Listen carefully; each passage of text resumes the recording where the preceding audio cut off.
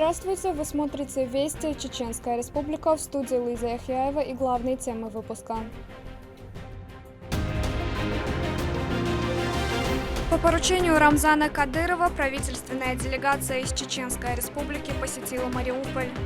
Это очередной религиозный объект, который Рамзан Ахматович уделяет особое внимание именно созданию условий для того, чтобы не только мусульмане, но и христиане тоже могли проявлять свои религиозные обряды. О целях визита расскажем сегодня в выпуске.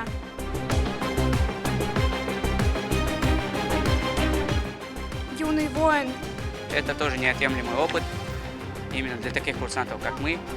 В Российском университете спецназа проходит финальный этап игры «Зорница». Кто из юных курсантов отправится представлять регион на всероссийском этапе?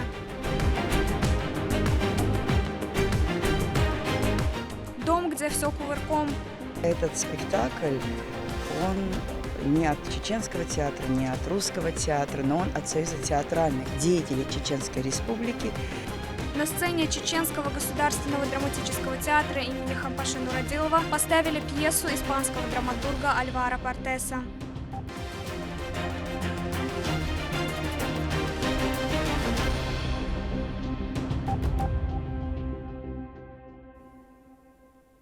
По поручению главы региона Рамзана Кадырова в Мариуполь прибыла правительственная делегация из Чеченской Республики. Целью стало укрепление сотрудничества между субъектами. Более подробно о совместных планах двух регионов расскажет Адам Магомедов.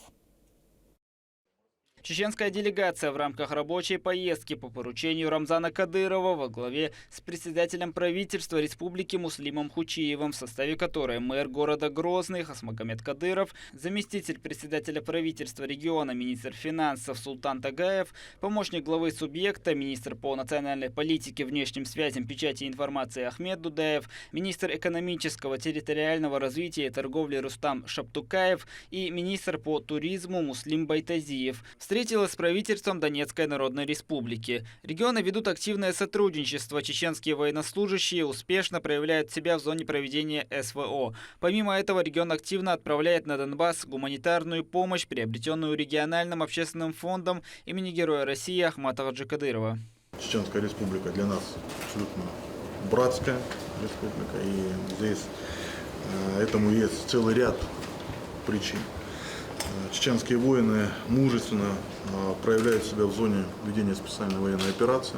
Благодаря вместе была реализована одна из важнейших операций для Донецкой Народной Республики. Это морские ворота, освобождение Мариуполя. И вклад чеченских братьев весьма существенный.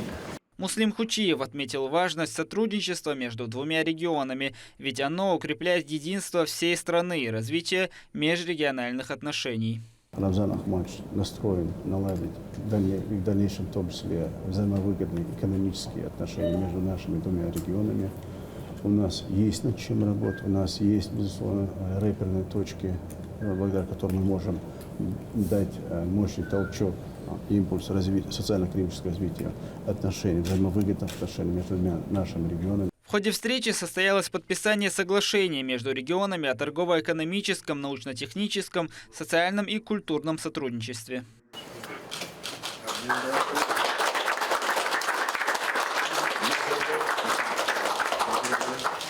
Новая общеобразовательная школа города Мариуполя, рассчитанная на 1100 мест, которая была построена специалистами военно-строительного комплекса Министерства обороны России. Именно она стала первой точкой, которую посетила чеченская делегация. Чиновники встретились с главой администрации города Олегом Маргуном, который рассказал обо всех достоинствах объекта. В школе также оборудован класс для обучения вождению. Имеются симуляторы легковых и грузовых автомобилей. Помимо этого есть и 3 спортивных зала, игровой, гимнастический и зал для учеников с ограниченными возможностями.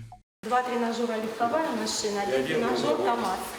КАМАЗ должны КАМАЗ. Я думаю, будем заключать договор с школой, потому что у нас нет вождения как такового. То есть дети будут получать правила дорожного движения, изучать здесь, отрабатывать на тренажерах. И я думаю, что наши выпускники смогут получить право. Это будет здорово. Это было бы хорошим дополнением, да, к учебе, получить права еще. Это для деток с особыми возможностями, это вот, особо Предстоят тренажеры, должен работать тренер, специальный тренер. Чем отличается? Есть специальные тренажеры, которые именно чтобы с инвалидной коляской можно было, у них какой-то инвентарь такой специальный, там на хранилище могут брать, заниматься там гири. Тут же чиновники заключили соглашение в рамках партнерства школы-побратимы и в дальнейшем будут проводить совместные мероприятия, укрепляя связь между двумя регионами. Можно было в городе тоже подобрать какую-то школу, побратимы сделать. И можно было таким образом заключить соглашение, чтобы они уже, ребята уже на уровне школ общались и делились между собой. Хорошо. Но я думаю, что это и сдружит, да? Вот мы только влились в Российскую Федерацию, да, мы долго этого ждали, мы вошли в Российскую Федерацию, мы хотим общаться, и для этого надо использовать не только живое общение, для этого все сделано. Наши дети едут отдыхать, оздоравливаться по всей великой России. Вот. Но и, безусловно, это видеомосты, то есть для этого есть все необходимые условия. Мариупольский порт общей площадью в 77 гектаров, который стал следующей точкой для делегации, находится на побережье Азовского моря. Он оснащен ледоколом, буксирами, оборудованы специальные помещения для пограничной, таможенной, карантинной служб. Его пропускная способность составляет 17 миллионов тонн в год. Имеется 18 причалов длиной в 3900 метров и глубиной почти в 10. Руководство Донецкой Народной Республики совместно с Генеральным штабом Вооруженных сил Российской Федерации продумывают план разминирования и очищения порта.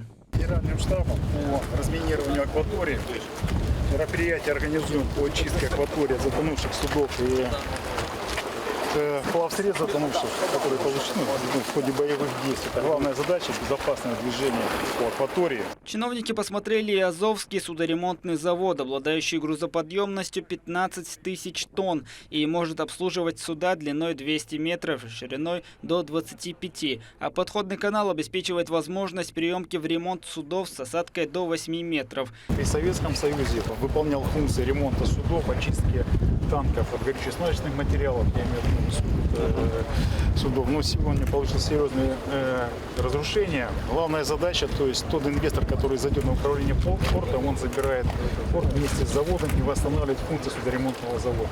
То есть это будет привлекательно для судовладельцев, когда судно заходит в порт и проводятся текущие регламентные работы судна. Ход работ по восстановлению Мариупольской мечети имени Сулеймана Великолепного и Роксоланы идет активно. Она была разрушена в ходе боевых действий и реконструируется по поручению Рамзана Кадырова за счет средств регионального общественного фонда имени Героя России Ахмата Хаджи Кадырова. Благодаря этому мусульмане смогут совершать коллективные пятничные молитвы. Глава региона уделяет большое внимание религии. Именно поэтому в Чеченской Республике постоянно строятся различные религиозные объекты. Это мечети, школы хафизов, медресе и не только. Благодаря Рамзану Ахматовичу Кадырову и финансированию регионального общественного фонда мы на сегодняшний день в Чеченской Республике имеем 1400 мечетей действующих. Притом это великолепные архитектуры, в том числе и османской, в том числе и азиатской культуры. И даже строится с учетом местных архитектурных традиций Чеченской Республики. И фонд по указанию Рамзана Ахматовича строит не только в Чеченской Республике, но и за пределами республики и страны, даже за границей. Вот это очередной религиозный объект, который Рамзан Ахматович уделяет особое внимание именно созданию условий для того, чтобы не только мусульмане, но и христиане тоже могли отправлять свои религиозные обряды. В ходе командировки стороны заключили соглашение о сотрудничестве. В будущем их ждет еще больше совместных проектов.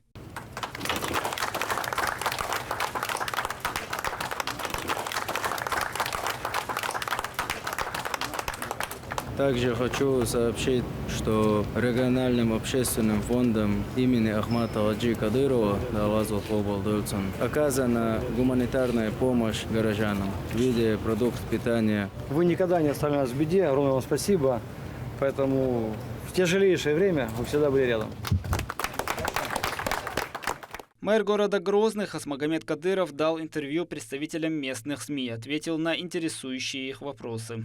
У нас очень много изменилось. Замечаете ли вы темпы роста Мариуполя? Конечно, у вас очень быстрыми темпами развивается и отстраивается город. И видно, много территорий очищено, много мусора вывозено. И видно уже инфраструктура, прокладывается асфальт, отстраиваются дома, школы, детские сады. И это все благодаря нашему президенту Владимиру Владимировичу Путину и его команде и главе вашей республики. Чеченской республики тоже прошли через все это, через войну и отстроили были, и все мы видели, и знаем, каково сейчас население Донецкой Республики. И желаем успехов и дальнейшего процветания. Помимо мечети будут восстановлены и другие разрушенные объекты Донецкой Народной Республики, чтобы субъект вновь процветал, а люди могли жить мирно. Адам Магомедов, Магомед Ахматов, Вести, Чеченская Республика.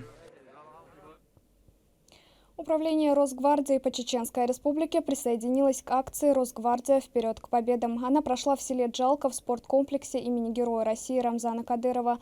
В ее рамках организаторы провели полноценную тренировку с детской секцией по смешанным боевым искусствам.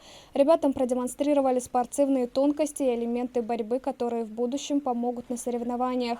Дети поблагодарили организаторов и пообещали радовать своих родных новыми победами.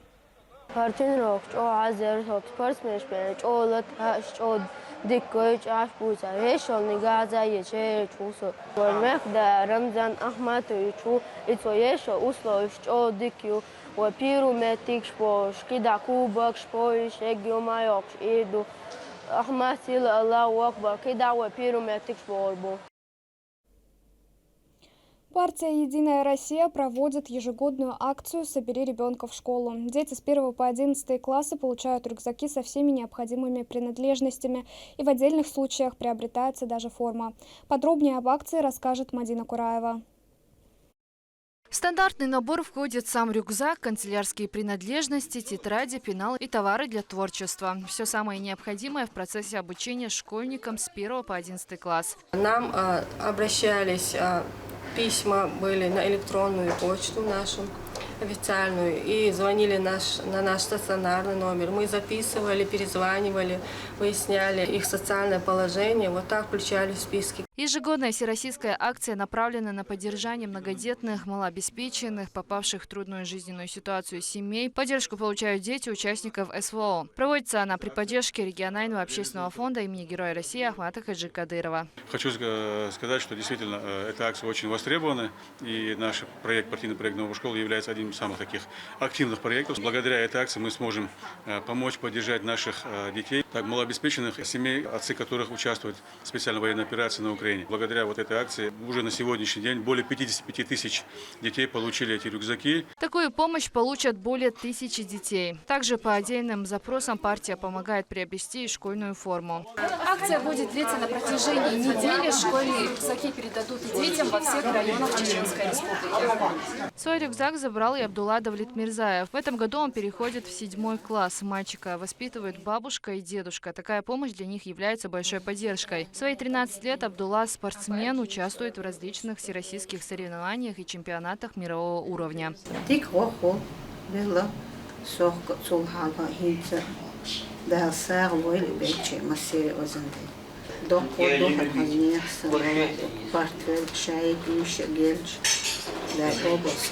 Благотворительная акция «Собери ребенка в школу» проводится в рамках реализации федерального партийного проекта «Новая школа» и помогает детям с 2015 года. Мадина Кураева, Магомед Басаев, Магомед Бараханов, Вести, Чеченская Республика.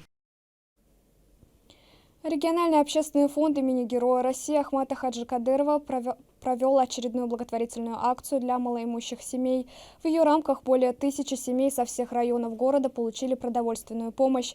В продуктовый набор входили 5 килограмм сахара, муки и риса, 3 литра подсолнечного масла, 10 килограмм картошки и лука, мясо птицы, 2 килограмма гречки и макарон.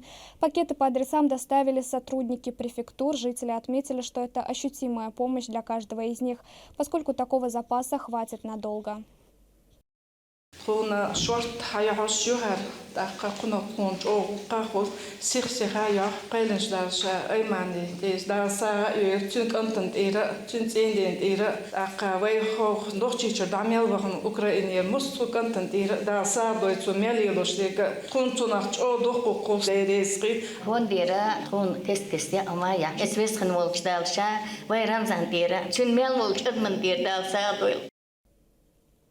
Воспитанники Центра развития военно-спортивной подготовки и патриотического воспитания молодежи «Воин» в Чеченской Республике приняли участие в игре «Зорница». Задача – обезвредить террористов и не дать состояться их планам. О результатах игры в сюжете Мадины Кураевой. Ориентирование, сила, выносливость и командная работа. Первый этап соревнований проходит в лесной местности на базе Руспецназа. Здесь около 40 участников, разделенные на две группы – красная и синяя. Это воспитанники Центра развития военно-спортивной подготовки и патриотического воспитания молодежи войн в Чеченской Республике. Бороться ребята будут вот таким оружием. Называется оно лазер-таг, то есть с помощью прямого лазерного луча имитируется выстрел, фиксирует его датчик, который повязан им на голову. Программа обширная, бойцы должны пройти различные тактические задачи. Каждую команду сопровождают кураторы и инструкторы. Перед началом проводят инструктажи и объясняют правила. Затем приступают к первому заданию. По легенде, группа террористов с биологическим оружием идет на встречу с потенциальным покупателем. Группа спецназа организовывает засаду в сопровождении ученого.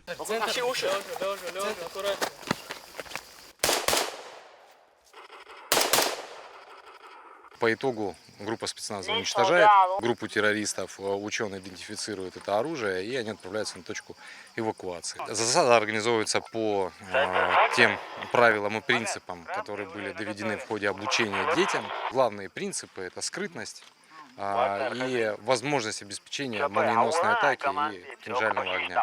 После задания участники обсуждают действия и ошибки, которые допустили. Акроман Такаев – командир синей команды. Он ведет свою группу и отдает приказы. Признается, на этот раз игра действительно динамичная, так как проходит в новых для них условиях. Соревнования далеко не первые, до этого были, но не были в таком формате, чтобы до такой степени мы уходили из нашего спецлагеря в лес там и работали на лазер-тагах. На соревнования опыт у нас был, конечно, но это тоже неотъемлемый опыт именно для таких курсантов, как мы. И процесс сам по себе очень такой, можно сказать, динамичный, проходит очень так хорошо. Игра продолжается, перед участниками ставятся новые задачи. Сейчас ребята в поисках опорного пункта, где находится тайник с дополнительными боеприпасами. Чтобы его найти, им нужно преодолеть минное поле, дойти до задания, где уже расписаны указания. Схрон найден, бойцы возвращаются, но здесь случается форс-мажор, взрыв. Среди бойцов раненый, на помощь спешит медик. Время 12:00. Делаем первичный осмотр, быстро! Делаем первичный осмотр! Таким образом, ребята оттачивают навыки оказания первой медицинской помощи. За всем происходящим следит оперативный штаб, где подсчитываются очки. Это итоговые соревнования, потому что в нем принимают участие лучшие команды, которые победили в прошлых двух. Это итоговая зорница. Она кардинально отличается от того, что было раньше. Если раньше это была просто комплексная эстафета, то здесь это именно полноценная имитация боевых действий, зорница, являющаяся логичным продолжением того, что было 2 недели назад в Бородино. Зорница 2.0. Второй этап соревнований прошел в тактическом городке, где участники поочередно выполняли задания. Одни штурмовали, другие оборонялись. По итогам игры были подсчитаны очки, заработанные на протяжении всех задач. Победила красная команда. Лучшие из ребят в скором времени поедут в Нижний Новгород, где пройдет всероссийский гранд-финал «Зорница 2.0». Мадина Кураева, Хусейн Муртаханов, Магомед Бараханов. Вести. Чеченская Республика. Круглый стол по профилактике ДТП состоялся в управлении Росгвардии по Чеченской Республике. Мероприятие прошло по поручению начальника ведомства генерал-майора Шарипа Делимханова в актовом зале территориального органа. В нем приняли участие первый заместитель начальника управления Султан Рашаев, заместитель начальника управления госавтоинспекции Тамерлан Уматгириев и другие. Обсудили результаты совместной работы за различные отчетные периоды, а также планы дальнейшего сотрудничества по обеспечению безопасности на дорогах региона. Выступающие также напомнили, что 11 июля текущего года в силу вступил приказ МВД от 2 мая 2023 года, регулирующий порядок осуществления надзора за соблюдением ПДД. В регионе вовсю готовятся к новому учебному году. Уже к сентябрю откроются школы в городском округе Аргун. Напомним, что благодаря строительной кампании, начатой по поручению главы республики, в субъекте удалось решить проблему с трехсменным обучением.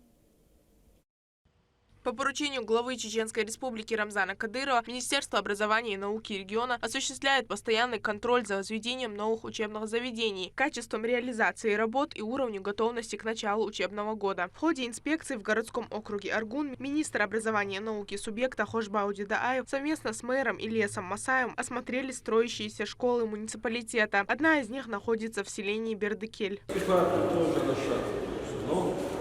стульях нет смысла.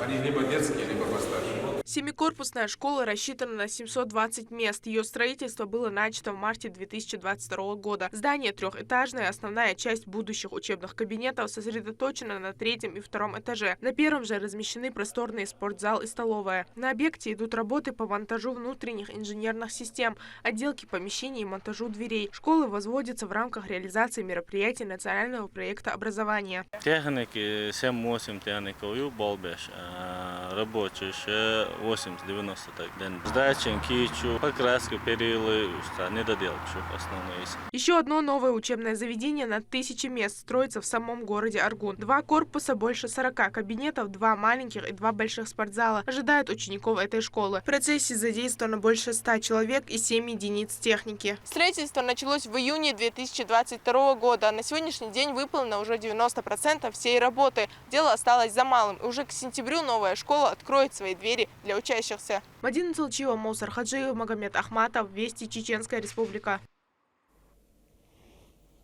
Проект «Маленькие онкобойцы» от благотворительного фонда «Даймох» прошел на базе столичного отеля «Локал». Проект направлен на оказание социально-психологической и юридической помощи семьям с детьми, имеющими данное заболевание.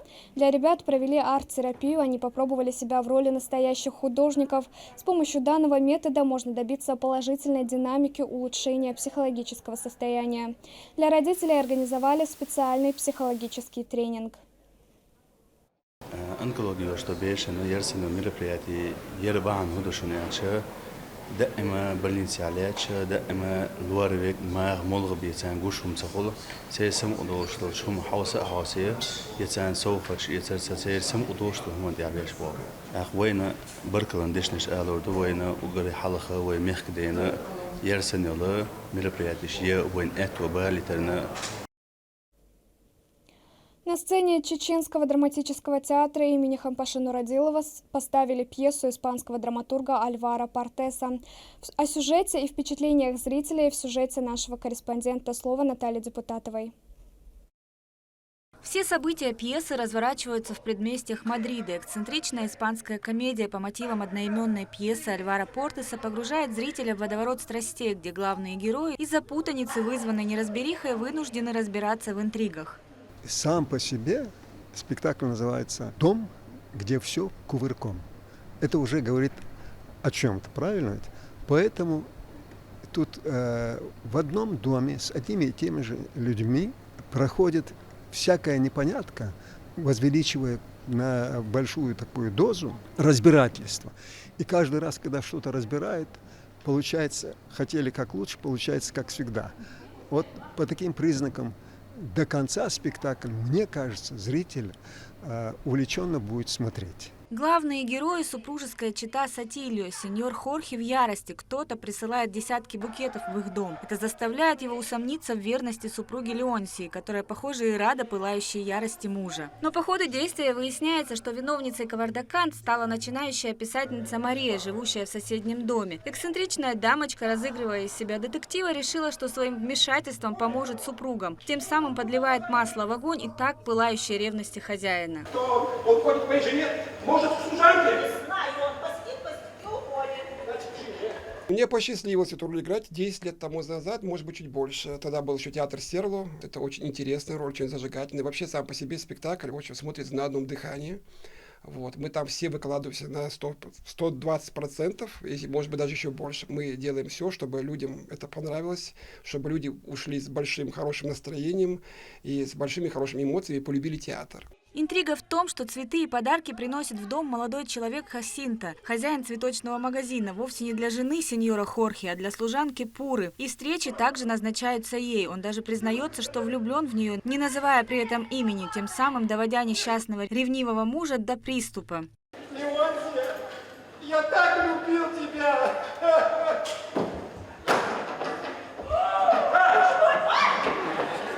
Это спектакль «Антреприза». 8 актеров сразу из 2 национальных театров Чеченской Республики – Чеченского государственного драматического театра имени Ханпаши Нурадилова и Русского драматического театра имени Лермонтова. В нем задействованы как молодые актеры, так и заслуженные артисты Чеченской Республики. Этот спектакль, он не от Чеченского театра, не от Русского театра, но он от Союза театральных деятелей Чеченской Республики.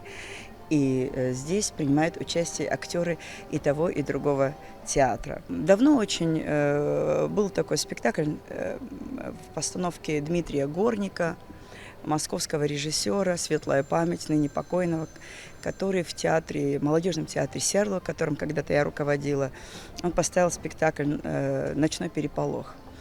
И уже этого спектакля давно нет, и по мотивам этого спектакля, скажем так, мы все-таки решила, я уже с новым актерским составом, с новыми силами, в новой интерпретации поставить спектакль с оригинальным его названием «Дом, где все кувырком». Акустическое сопровождение спектакля, а также костюмы и грим – это подкрученные усы, шляпы и платья героинь погружают зрителя в атмосферу Испании. Ну а чтобы стать похожими на настоящих испанцев, актеры провели немало времени в руках гримеров и костюмеров. Это все, в том числе и танцевальные па на сцене, и искрометные реплики актеров, конечно же, понравилось зрителям, в числе которых как жители, так и гости нашей республики. Театр был очень смешной, веселый, позитивный, мне очень понравилось. Актеры очень хорошо играют свою роль, было весело. Мы сегодня присутствуем на комедии, но очень замечательно, ярко, и артисты играют хорошо, мы очень довольны. В целом, «Дом, где все кувырком» – это классическая южноевропейская история о любви и ревности, гордости и чести. Но по реакции зрителей можно судить, что творческий эксперимент двух театров в целом можно считать удавшимся. Как известно, с июня в театрах сезон показов закрытый, чтобы жителям и гостям Грозного, тем, кто любит живую игру, актеров было куда пойти, и создан этот проект. А уже в сентябре их ожидают новые сценические постановки и свежие спектакли. Наталья Депутатова, Сайдали Ампукаев, Вести, Чеченская Республика.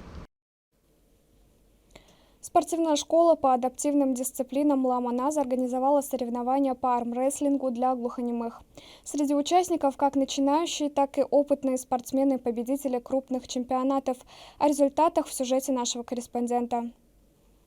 Борьба на руках, или по-простому армрестлинг – это один из тех видов спорта, что проводит спортивная школа по адаптивным дисциплинам «Ламан-Аз». Открытый турнир включил в себя 5 весовых категорий, в которых соревнуются глухонемые, но при этом сильные и мотивированные спортсмены. Турнир приурочен к дню рождения первого президента Чеченской Республики, Героя России Ахмада Хаджи Кадырова Далаз Обалдольцун. Цели турнира – какая-то реабилитация и социальная адаптация людей с ограниченными возможностями здоровья в здоровое общество нашей республики, повышение уровня мастерства этих ребят и отбор для участия в международных и всероссийских соревнованиях. Молодые люди поддерживают друг друга языком жестов. Они соперники только во время турнира. В остальном крепкий и сплоченный коллектив. Когда две руки сцеплены, важна предельная концентрация, чтобы по сигналу судьи прижать противоположную руку прямо к поверхности.